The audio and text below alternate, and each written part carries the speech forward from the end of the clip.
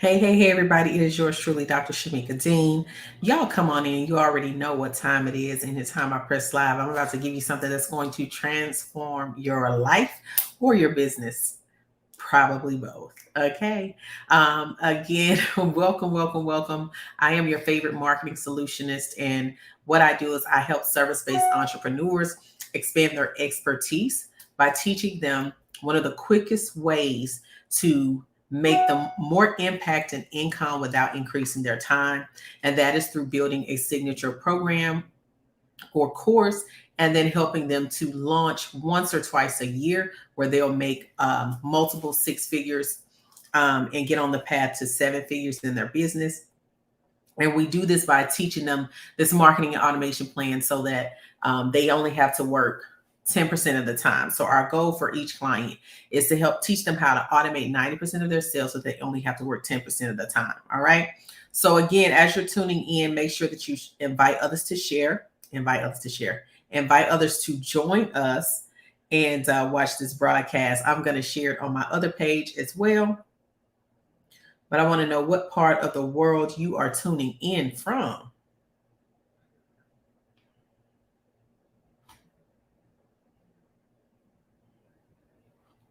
Because today we're going to be talking about some hiring. I was doing a live yesterday and I had some very, very good questions that I decided this would actually be a really good topic to cover today. And so that is what we're going to be talking about. Again, let me share and invite others to join us.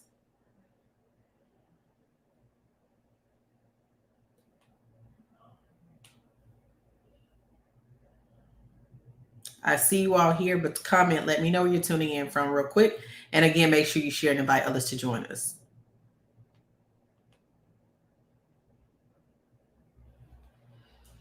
All right. Hey, Verna. Hey, Rachel. I see you all tuning in over here. So what we're going to be talking about again today is, hiring who, what, why. Like we know, number one, when it comes to a CEO, being a CEO, building a business, it's not for the faint at heart. And I said that yesterday in a mastermind that I'm a part of. And she said, yeah, but you're chosen for it. So I said, you know what? You are so right. And so CEOing is not for the weak, it's not for the faint at heart, but it is for the chosen.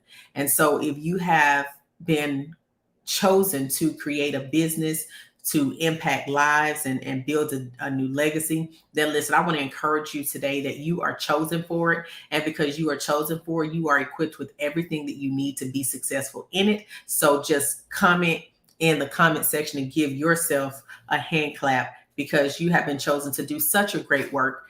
A lot of people think that building a business is just about your own personal dreams, goals, and desires, but really it isn't. It's about building, making impact, and leaving a legacy in this earth that goes beyond your own desires, your own dreams, your own goals. Okay.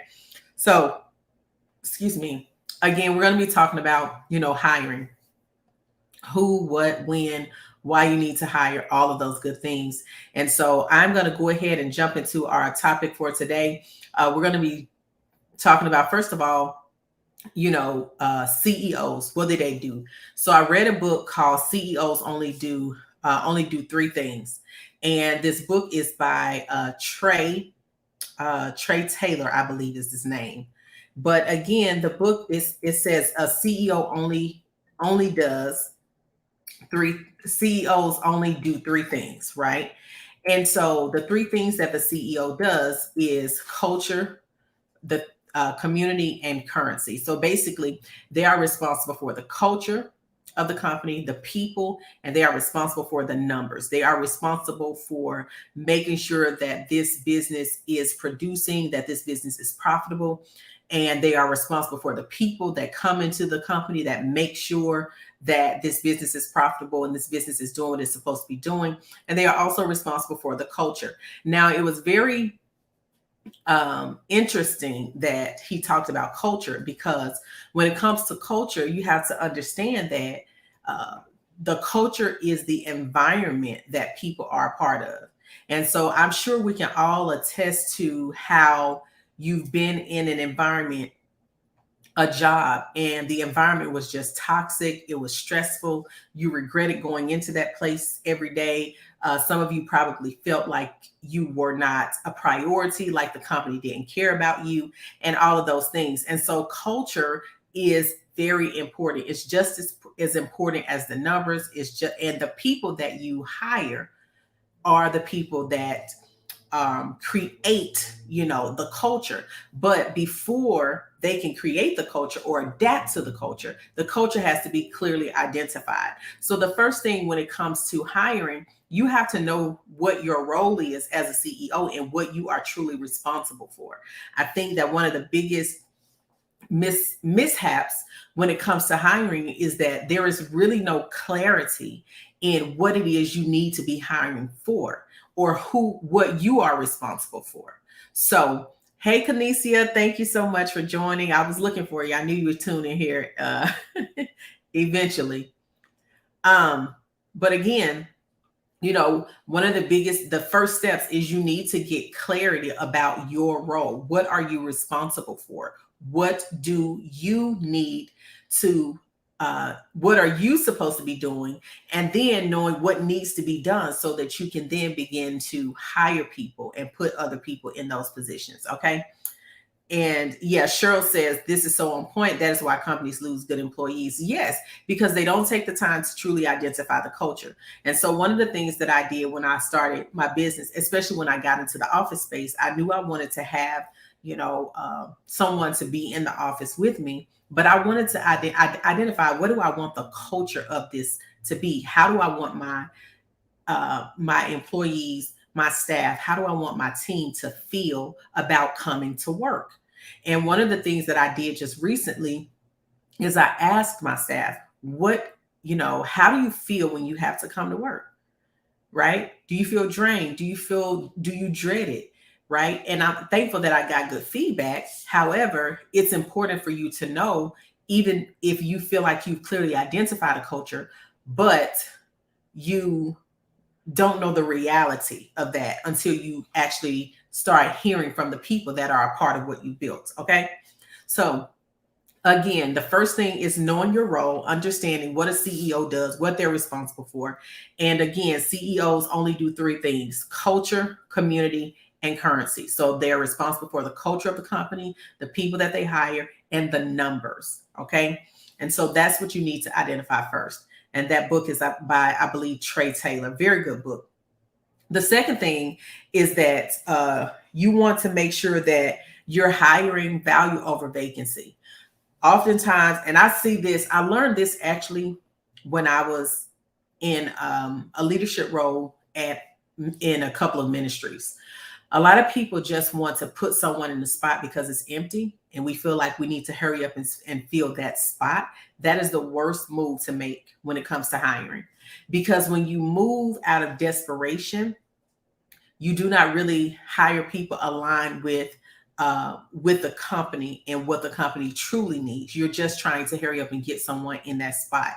And so again, you want to hire for value over vacancy, someone who is going to add value to the company and take that position in the company that's vacant, but they're going to add value and not become a liability or an asset. All right.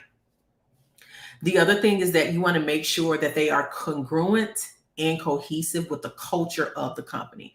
I see this mistake as well. This is a mistake that I've made myself personally, that, some people they hire because the person has the skill set and the talents, but they don't look to see how this person would actually fit into the culture of the company, or even if they even align with the culture of the company. So what is recommended, and this is something that I learned from my coach, so I can't take credit for that, but this is something I learned from my coach. When you're hiring, you need to have your key players, your key team players, a part of that hiring process.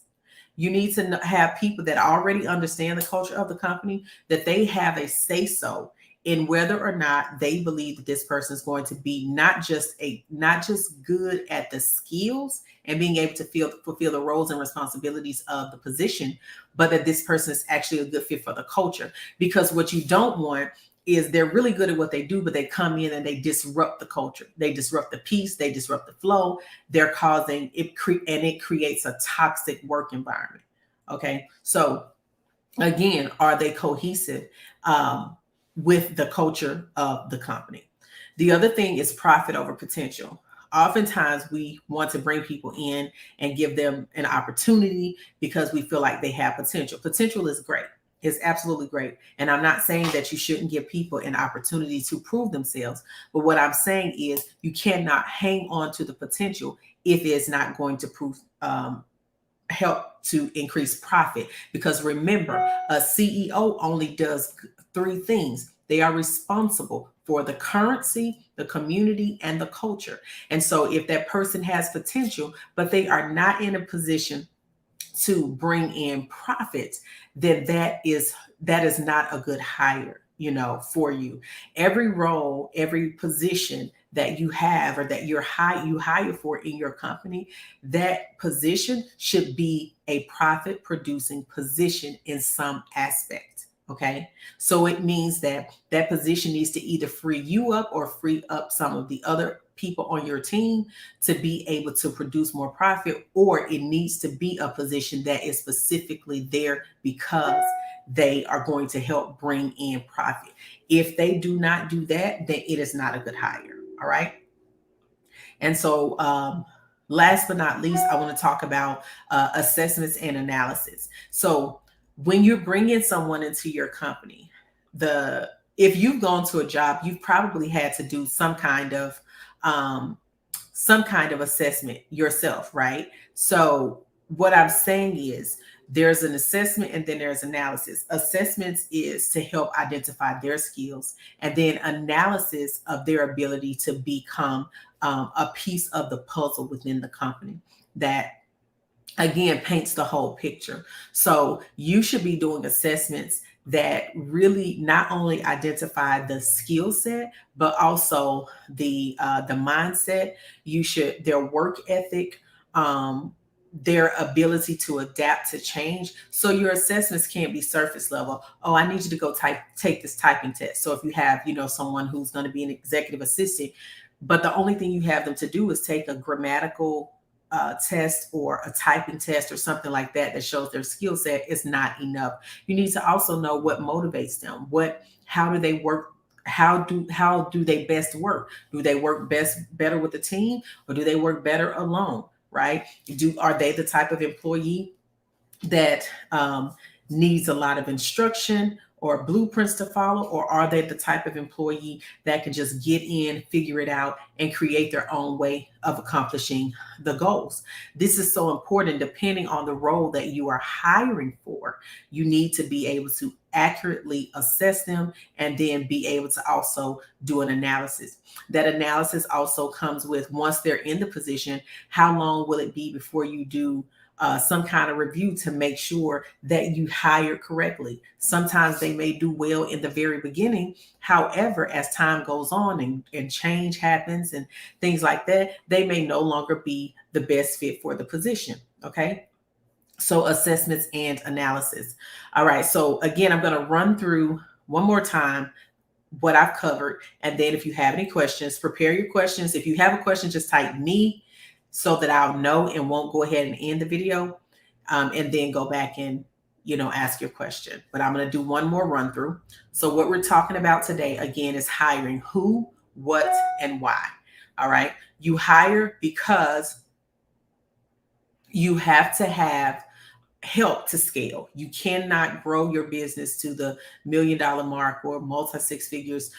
You can probably get to multi six figures with one person, but it's going to be it's going to lead to burnout, and you don't want to do that. So you want to build and start hiring on the front end. But again, you hire because you need help to scale. You hire because your goal as a CEO is not to reverse engineer the employee status. So you didn't get into your own business just to become an employee. You got into your own business so that you can build a business and one day replace yourself as CEO. All right. And then knowing what your role is. So knowing what a CEO is responsible for, and a CEO only does three things. They're responsible for the culture, the community, and the currency. So, in essence, again, they're responsible for the culture, the environment, the community, which are the people in the environment, and then the currency, the numbers, the profit. They're responsible for that. When hiring, you want to make sure that you're hiring value over vacancy. You're not just filling the spot because it's empty. Do not rush to fill a spot. Okay. So there's a saying that says hire slow, fire fast, right? And that is because putting someone in an empty spot can be detrimental to the success of your company. Making sure that they are cohesive with the culture of the company is also another thing that you have to that you want to consider, because the culture means everything. Toxic work environments are created by toxic leadership and toxic people. And as a CEO, you have to make sure that you're hiring right to build the kind of culture that is people are going to be excited about coming to and want to remain a part of. Why? Because turnover rates and having to constantly fire and rehire cost the company more money. Okay. And so making sure that they are cohesive with the culture of the company. You have to be clear about the type of culture that you want, and that's going to tell you what type of people, what characteristics, what personality, work ethic, all of those things. That's going to help you to really truly hire people that align with the culture. You have to identify the culture first, and then profit over potential. Again, I'm not saying that you don't work with people who have potential. I'm saying that you have to make sure that the person's potential is going to also be able to produce profit, and that they have the skills and also the willingness to do what's necessary to grow, so that they are an asset to the company and not a liability. And last but not least, assessments and analysis. You want to make sure that you are actually doing adequate assessments to make sure that you're hiring to the best of your ability, and you're doing all of the assessments and overall analysis to make sure that everything aligns. Okay. So Kanesia says facts. Keisha says being a good fit is so important for the growth of a company. Absolutely. Absolutely. And all of those things matter. I know that we've probably all heard or had some horror stories, right? As it pertains to people not being a good fit. And it's okay. Everyone is not a good fit. However, if you hire right, if you take the time to do it the right way and do your due diligence in having a clear vision of what you want your company to look like, what kind of person you want in those positions, then it will help you to know better when you are hiring. And so again, when I talked about the culture of the company, this is why the key players and your key team members need to be a part of that hiring process. Okay. They need to be a part of that hiring process. All right. Do we have any questions? While you all are commenting or gathering up your questions, I am going to just give our announcements. The Market Like a Mogul book launch February 26th. So you have about 9 days to secure your spot. For that, just go to shamikadean.com. So again, it's February 26th here in Clarksville, Tennessee. Go to shamikadean.com to secure your spot. Your spot includes our beautiful and amazing Map to Millions box with all of the goodies in it. Hold on, let me remove that. With all of the goodies in it. So you'll actually get you a copy of our beautiful box here, as you can see. And it'll have goodies inside. And save the date for June 16th through 18th, our Market Like a Mogul live event, the takeover. And I'm sorry, that's the wrong flyer. There we go. But our Market Like a Mogul live event, it's a 3-day event, the takeover. So I am teaching service-based entrepreneurs how to expand their expertise through signature program creation and how to have a 5 to 6 figure launch, only having to launch once or twice a year to achieve their multi 6-figure goals. So this is for those who have not yet hit 6 figures, but they do want to hit 6 figures. in their with their program, or if you already have a program, it's still a good fit for you. If you desire to create a program, it's still a good fit for you.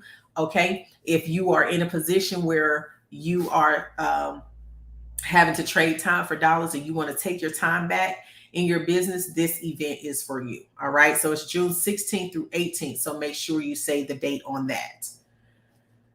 Let's see. Kanesia says, I have walked away from high paying projects when I worked in the corporate world because of the culture. Yes, absolutely. That culture is everything. And I think that that's one of the biggest things that I have learned, in building my business, is the culture. I had to really sit and think, what type of culture, what type of company would I want to work for, and how, what does that look like tangibly for me waking up every morning, going to this place and absolutely loving every part of it. She says, I would never forget how people made me feel, although I do forgive them. I vowed I would never volunteer to be uncomfortable anywhere if I had the ability to be valued somewhere else. I love, love, love that. I love that. That's absolutely amazing. All right. So again, this is all we have. This is all I have for you all today. Again, this is great, great content. If you want the meat and potatoes of this, you want to go ahead and watch it, because I'm probably going to delete this video because this is some good content that I'm going to actually put inside of my academy. And so again, I want to make sure that I give you time to review it. And if you have any, additional questions, then just send me a question. If you are a service-based entrepreneur and you are stuck, and you are finding yourself burnt out, you know that you have the expertise that can change someone's life, and you want to impact more lives on a more massive scale, then signature program creation is what you need to do. This is a $1 billion industry, expected to increase even the more over the next few years. And so it's not going away anytime soon. We saw what happened with COVID. We saw how businesses crashed and crumbled. Had they had signature programs or courses, some call a course. The courses and signature programs are not the same thing. A course is a part of the solution. A signature program is a full service solution that you are giving your clients everything they need, according to the transformation that they are looking for. A course is just a small entity of that, and courses aren't as scalable as signature programs. Signature programs can be scaled into multiple streams of income without increasing your time. All right. And so that is the difference there. And if you are that person that you want to take time back, you want to be able to spend more time with your spouse, your children, you're burnt out in your current industry, but you have the expertise and the wisdom to change people's lives and teach them what it is you do, then a signature program is for you. And so if that's you, then shoot me an inbox or just comment the number 1, and myself or my team will send you the link to the application. You just submit your application. If we feel like you're a good fit for our program, then we will contact you with the next steps. And even if we feel like you're not a good fit for that particular program, we still have some direction for you. So again, thank you all so much for tuning in to today's broadcast. I just love teaching, y'all. I love teaching. I realized that teaching was a passion of mine as I started to build my business. And so I bring to you all topics that I know is going to actually aid you in building forward. Okay, Tanisha, we'll get you that application. As soon as the live is done, we'll get you the application so that you can apply, and we'll let you know what the next steps are. Okay. So again, thank y'all so much for tuning in. I love you all immensely and intensely, and I'll talk to you all again soon.